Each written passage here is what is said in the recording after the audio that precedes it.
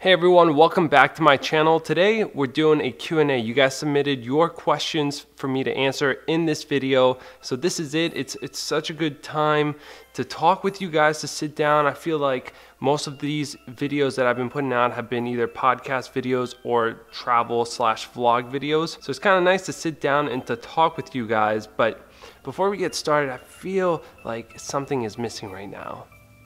There we go. Now we're in the holiday spirit.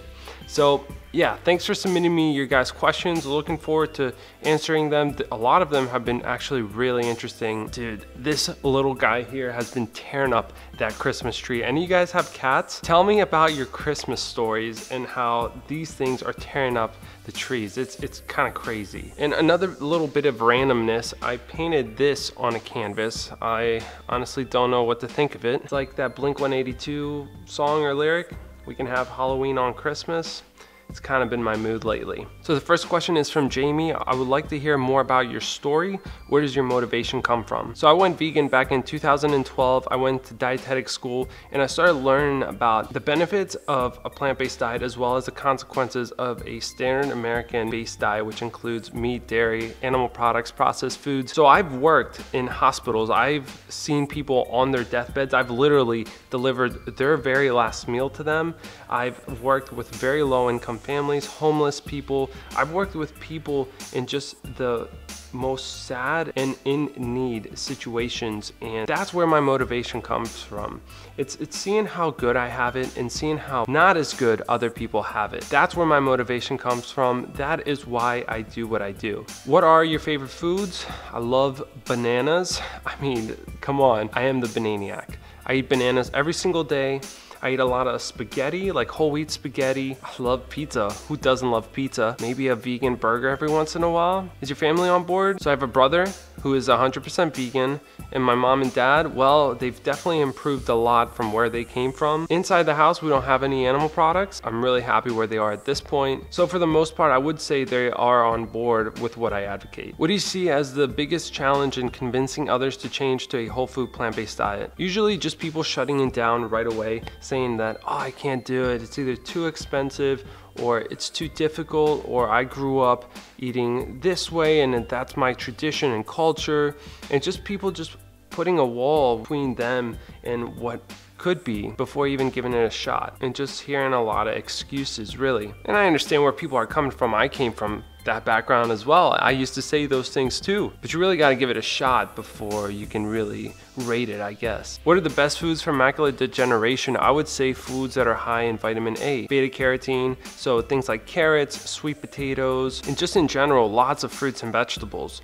Those are going to be really good for your eyesight, your skin, your immune system. You want to be eating a lot of fruits and vegetables. What are your favorite foods and drinks to wean oneself off sugar? First, start off by replacing just refined sugar with maybe like a maple syrup or molasses. Those have more minerals than just refined sugar. But yeah, if you're trying to get off of all sweeteners, right, eat fruits. Fruits are naturally sweet. They have the fiber, they have the water content, all the vitamins and minerals you really need. So fruit all the way. Eat as much as you want of it. If you're on sodas, switch to juices or smoothies. Those are gonna be way better for you. But yeah, I would say fruit. Fruit is like nature's natural candy. So eat as much as you want of it, and just be mindful of how much sugar is actually in products that you currently eat. Check out the nutrition facts label, read up on it, and look for the added sugars. Speaking of the nutrition facts label, I actually just got this t-shirt for Christmas, so it's pretty epic. On the bottom it says ingredients: 100% plant-based foods, compassion,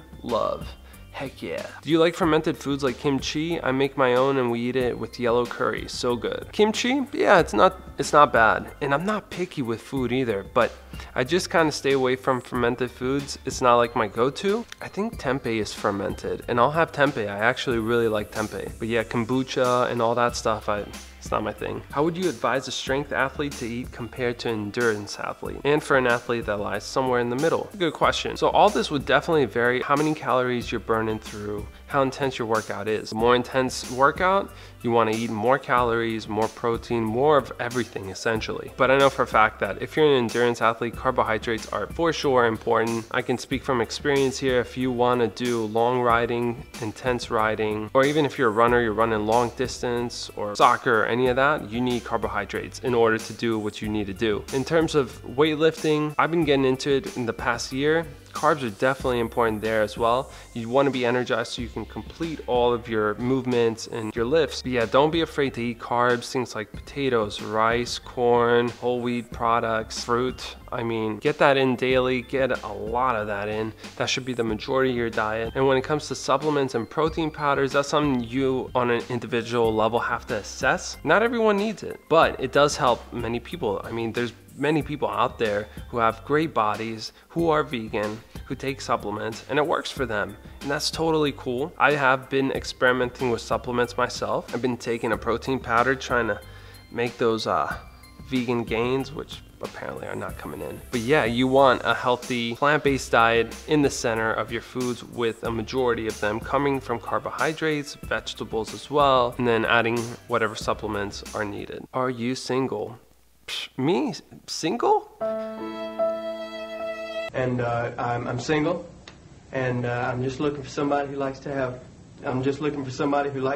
fun, and is a fun-loving type gal. Brunettes are something, and so are redheads or blondes. That's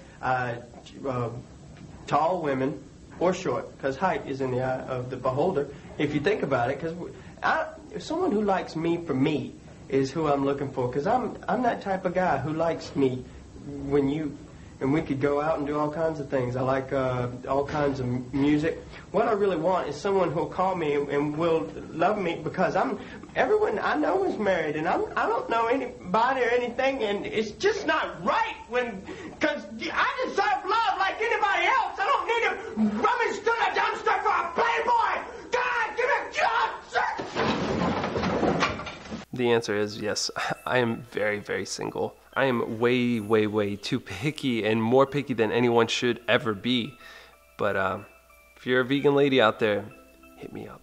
That was super cringe. The Vegan Zombie, when are we going to the city? Dude, let's go. Seriously, I'm gonna text you right now. We need to go to NYC ASAP. Where do you get B12 from?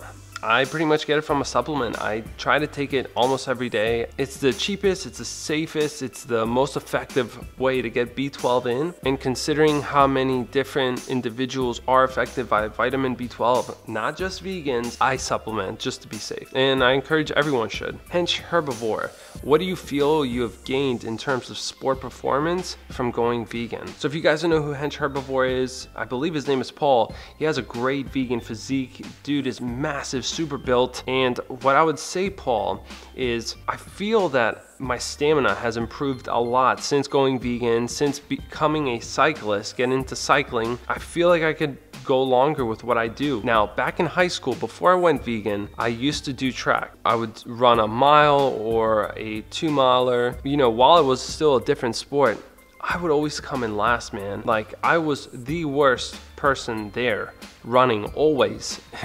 And every single school that we would go up against, I would always come last or second to last if I was lucky. Like, my stamina was and ever since going vegan, felt like I had way more stamina. I don't know if it was because my arteries cleared out and I just had better blood flow and getting oxygen to where I need to get it, but stamina for sure. Strength, it's something I'm working on. I've been lifting since about a year ago, and I definitely want to get stronger. I definitely want more muscles on these skinny cycling arms, but for sure stamina all the way. Is vitamin D supplementing a hype? It all depends. You got to check your levels. If you don't know what your vitamin D levels look like, how do you know whether you should supplement or not? I've gotten my vitamin D levels checked. They look okay. So it depends where you live. It depends how much sunshine you're exposed to, but I wouldn't say it's a hype. If your vitamin D levels come low, you should definitely supplement. Can you get too much B12? No.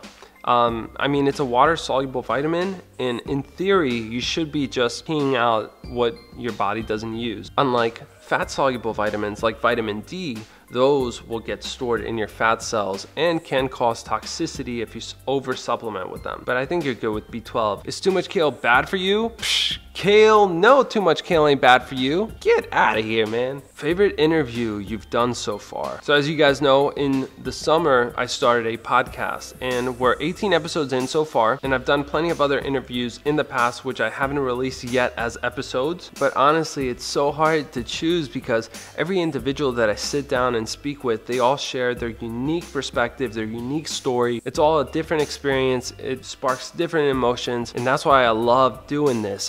That's why I love doing the podcast and talking with these great minds. I really liked the episode I did with Paul DeGelder, talking about his shark attack and surviving that moment. I mean, that was just such a heavy topic, yet still really motivational of how he was able to turn his life around and use this experience as a positive one. It was cool meeting up with Dan Buettner and interviewing him about his research that he did in the blue zones where people are living the longest. That was really inspiring as well. But by far, the most popular episode was with Dr. Greger at the International Conference on Nutrition and Medicine. I mean, the guy's amazing, right? He was funny, he was very informative, really cool guy in person, very tall. I didn't think he was that tall either. But I would actually like to ask you guys that question. What was your favorite episode? What was your favorite speaker? And then who would you like to see in 2019 on the podcast? Post it down below and I'll do my best to get them on. Are you still practicing dietetics? So I'm not a dietitian. I've done my undergrad in dietetics. I've gotten my master's in nutrition. I just haven't done the internship yet. And I'm still not 100% decided whether I am going to follow that path or not. But I am for sure in the field of nutrition and doing clinical work and seeing clients on a daily basis. So yeah, I guess I am. I'm having a horrible time getting on this lifestyle, even though I know all the benefits. What do you recommend? If you know about all the benefits of this lifestyle and you're still not getting on board, you need to ask yourself what is stopping you. Until you know what that is, there's no way you're going to move forward. And even if you do try it, you might end up failing because of that reason. You need to know what that is and you need to know how to overcome it. And so I can't recommend specifics unless I know what that might be, but it sounds like you know about the benefits of eating a plant-based diet. You probably know that it's healthy for you. You probably know that it does a lot of good to the environment and the animals as well. So if it's finance that's stopping you, a lot of the plant-based foods are very cheap, like rice, potatoes, bananas. Those types of foods are very cheap. Getting frozen vegetables over fresh ones, getting some frozen fruit over fresh ones, or limiting your variety. You're still getting in a lot of healthy foods and you're still saving money. Are you scared maybe you're not gonna get that flavor and you really don't wanna give up the flavor of eating like a burger or pizza? Well, you could still get vegan burgers and pizzas to kind of get you through that period of transitioning to a plant-based diet. Are you worried about what other people are going to think of you? Well, that's part of the game with anything. Anytime you change something about your lifestyle, people are going to judge you, they're going to question you, and you just need to understand that. I can't tell you how many times people have asked me, where do you get your protein? I heard that eating vegan is not healthy, and you just need to understand that not everyone knows what you know. So if you know the benefits of a vegan lifestyle, you need to ask yourself why you're not on it already. Also, someone was asking where this hat is from. You guys have seen it on my Instagram, you guys have seen it in my videos. It's got the V, it's got the banana on the side, and I actually make this hat, and you guys can find it on bananiac.com. Yeah, I like to think it's a pretty sweet hat, very basic, very simple. It's got a subliminal message, and people ask you what the V is about. That's a conversation starter. Do you think if you're raised vegan as a girl, you can become a woman without cellulite? I've been vegan 8 years, and I still have cellulite, but if my parents had raised me plant-based, would I probably not have cellulite? So the very limited knowledge that I have on cellulite is that diet and exercise can have beneficial effects. You say you've been vegan for 8 years, which is awesome. That is amazing. Ask yourself if you really eat a whole food plant-based diet, and how many years out of those 8 years have you been eating a whole food plant-based diet? Again, I'm not giving you any guarantees or anything like that, but I'm just trying to dig deeper, because a whole food plant-based diet with a low fat content, no oil, I would imagine that's probably going to be the best way to approach this. And exercise, make sure you're doing a lot of cardio, maybe building some muscle through strength exercises or rock climbing or different things like that. It's probably going to give your legs or your body a better shape. That way it's not as noticeable, and perhaps maybe it'll even go away. And just look forward, don't look back. Don't wonder, you know, what if I went vegan, you know, would this have been prevented? You know, I could be asking myself like whether I would have had a better body if I went vegan, like when I was a kid, or you know, if I would have had all my hair if I had started out vegan. There's no point in wondering all this and stressing about the past. Look forward, do what you can do, and give it your all. I know that sounds cheesy, but you just gotta look forward. And if you're really struggling with this mentally as well, I would definitely recommend the Beat Your Genes podcast by Dr. Doug Lisle. He goes through a lot of different techniques and different things that people are struggling with and how to combat them. So you can even reach out to Dr. Lisle too. There's no shame in that. He's a psychologist, and you could even talk to him about that, and he could give you some approaches health-wise and fitness-wise as well as mentally. So if you need that, you know, definitely reach out. So do you watch any particular vitamin or mineral besides B12? So obviously all the vitamins and minerals are important. They say vegans are prone to vitamin D deficiency, so I like to pay attention to that when I do my blood work. Right now I'm not supplementing because my last blood work was fine. And mineral wise, I guess I do watch my salt, my sodium intake. Oh, the other thing I like to watch is iodine. Iodine is something to really be conscious about because it's not in too many plant-based foods because our soils are depleted of iodine. I do recommend going for sea vegetables. I personally like gamasio, so it's like a sesame seed with some seaweed in there and a little bit of salt, and it actually tastes really good. I put it on top of my rice dishes. It tastes amazing, and that's a good way to kind of get in seaweed. But again, get your blood tested for the different vitamins and minerals. If you go on bananiac.com/resources, you guys can check out a link that I have on there to a vegan lab test that you can get in your area, and it tests for all the vitamins and minerals that vegans are prone to be deficient in. That way you can kind of sleep at night without your mind just going a million miles an hour. I wanted to go on a plant-based diet, but I'm not sure what I would cook and what food groups I would eat. I go to the gym regularly and are active. Do you have any ideas or places to get some info? Bananiac.com again. I put so much work into my website to provide you guys with as many resources as I possibly can. I'm still working on it so it can be even more helpful to you guys. But yeah, just go on bananiac.com, check out all the resources I got on there. But food groups, super easy. Fruits, vegetables, whole grains, legumes, nuts, and seeds. That's it. You can add mushrooms too if you want to. They're technically not plants. They are fungi, and they creep me out. I have a 4-year-old and a 2-year-old that won't eat their vegetables. Is there any tasty way to get veggies into kids? How do you make sure they're getting all the vitamins you need through a vegan diet? Is there anything you would try to make sure you get enough of? My kids like a lot of vegan proteins such as vegan sausages, vegan nuggets. Is it bad to give them these things every day with their meals? Fortunately for you, I have a lot of experience working with kids, especially in that age range. So if a kid doesn't eat their vegetables, definitely don't give up. Keep offering vegetables at every single meal. Every single meal. It may take up to 15 exposures before a child even tries a vegetable. Keep doing it, keep it up. I wouldn't force the kid to eat it. I wouldn't say you can't get up unless you eat that vegetable. No. I would try to have a very calm, non-hostile environment during meal times. I would have it as a part of their plate, or if they're serving themselves, I would have it as like, you know, as one of the side dishes, and I would try it in a variety of ways as well. So if a kid doesn't like raw carrots, try steamed carrots. Try it in different ways. You know, kids are very particular with textures, with colors, all that stuff. Way more than we adults are. Well, some of us, not all of us. But yeah, try serving them in different ways, see if that helps. How do you make sure they're getting all the vitamins that they need through a vegan diet?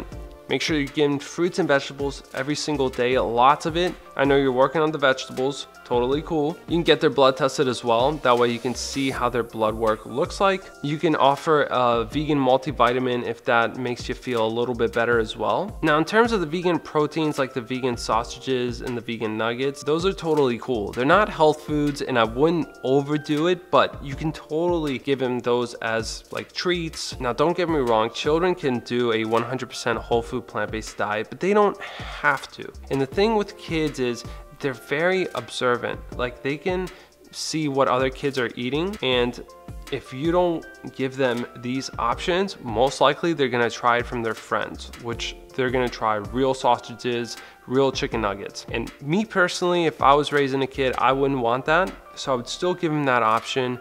I would make them feel as normal as possible. I would make them feel like the other children. And also I would get them to understand why we eat this way as opposed to how their friends are eating. But yeah, I wouldn't overdo like sausages. Like I wouldn't give them vegan sausages like every single meal. I wouldn't do vegan nuggets every single meal. I would do it as like a treat. It still could cause a child to become overweight if they're eating these type of things. And also the portion's really important too. So if you're doing little portions, you can do it more frequently as opposed to like a lot of it. You know what I mean? But yeah, no need to put a child on a therapeutic diet that you would put somebody that has cancer, heart disease. No, you do not have to.